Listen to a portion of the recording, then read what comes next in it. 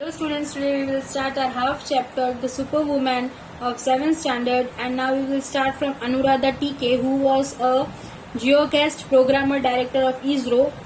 For the most senior woman officer at ISRO, the sky is the limit. Miss Anuradha specializes in sending communication satellites in space sit at least 36 kilometre from the center of Earth. वो क्या बोलते हैं, sky जो है वो limit है हमारी एक, लेकिन हम कम्युनिकेशन सैटेलाइट से उसको बहुत ही फार तक देख सकते थे, और वो कितना उसको फार तक दिखा सकते थे, 36 kilometre from the centre of earth. This distinguished scientist who had worked with ISRO for the past 34 years first thought about space when she was 9. वो ISRO में कितने साल से काम कर रही है, 34 years से, और वो कितने साल की थी तब से स्पेस के बारे में सोचती थी.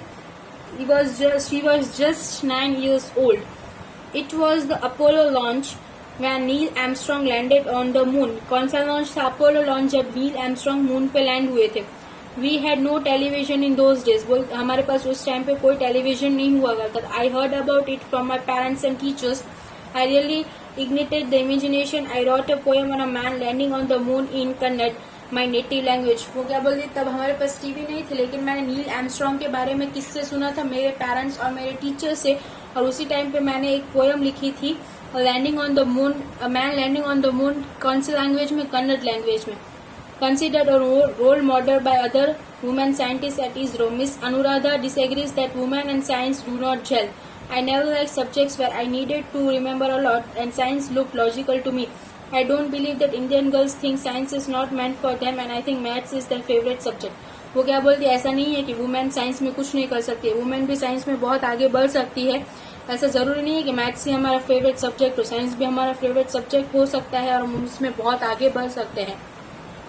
When she joined ISRO in 1982, there were only a few women on the staff and even female in engineering department. वो क्या बोली कि मैंने जब ISRO ज्वाइन किया ना, तो यहाँ पे बहुत ही कम वुमेन स्टाफ था, और वो भी सब इंजीनियरिंग डिपार्टमेंट में थे. In my batch 5 or 6 women engineering joined ISRO. मेरे पार्ट में से 5 या 6 वुमेन ने ISRO ज्वाइन किया. We stood out and everyone knew us. Today, more than 20 to 25% of ISRO's 16,000 employees are women and we no longer feel special. She laughs. वो क्या बोलती है, अभी ISRO में 16,000 employees है ना, वो वुमेन है, और हम कुछ अपने को स्पेशल फील नहीं करवाते क्योंकि बहुत ही वुमेन स्टाफ वहां पे बढ़ गया है. हंस के बोलती है. Miss Anuradha dismisses the suggestion that their colleagues consider her an inspiration. वो सबके लिए एक इंस्पिरेशन थी, but agrees that have more women in the workplace can be motivate factor for other women. One girls notice that there are lots of women in the space program. They will also get motivated. They will think if she can do it, I can. वो सबको motivate करती थी, और girls को क्या लगता था, अगर ये कर सकती है तो हम क्यों नहीं कर सकते.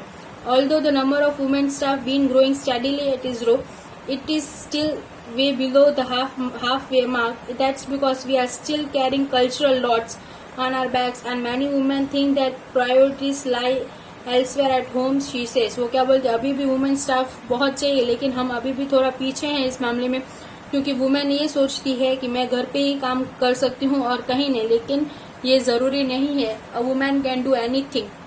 Miss Anuradha's advice to women who want to be rocket scientists is simple: make agreements. Once I had made up my mind, I need a purposeful career where my passion lay. वो क्या बोलती है, मैंने तो सोच लिया था कि मुझे क्या बनना है और मैं वो बन के ही रहूंगी, मेरा पैशन है. I created a good setup at home. उसने क्या बोला, मैंने सेटअप बना ही लिया था. My husband and my parents in law always cooperate. वो क्या बोलते थे, मेरे हस्बैंड और मेरे पेरेंट्स बहुत ही कोऑपरेटिव थे. So I didn't have to worry much about my children. इसलिए मुझे मेरे चिल्ड्रंस के बारे में कोई वरी नहीं था, क्योंकि वो लोग उनको संभाल लेते थे. I owe my success to the agreements I made.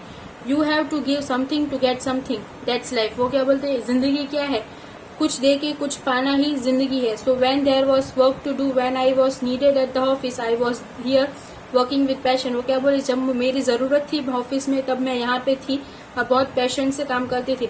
And when there was an absolute need for me to be at home, I was there. और जब मेरी घर पे जरूरत पड़ती थी तो मैं घर पे भी रहती थी. इसलिए हमें अपना लाइफ पूरा बैलेंस में रख के चलना चाहिए. पर्सनल और प्रोफेशनल लाइफ दोनों ही जरूरी है.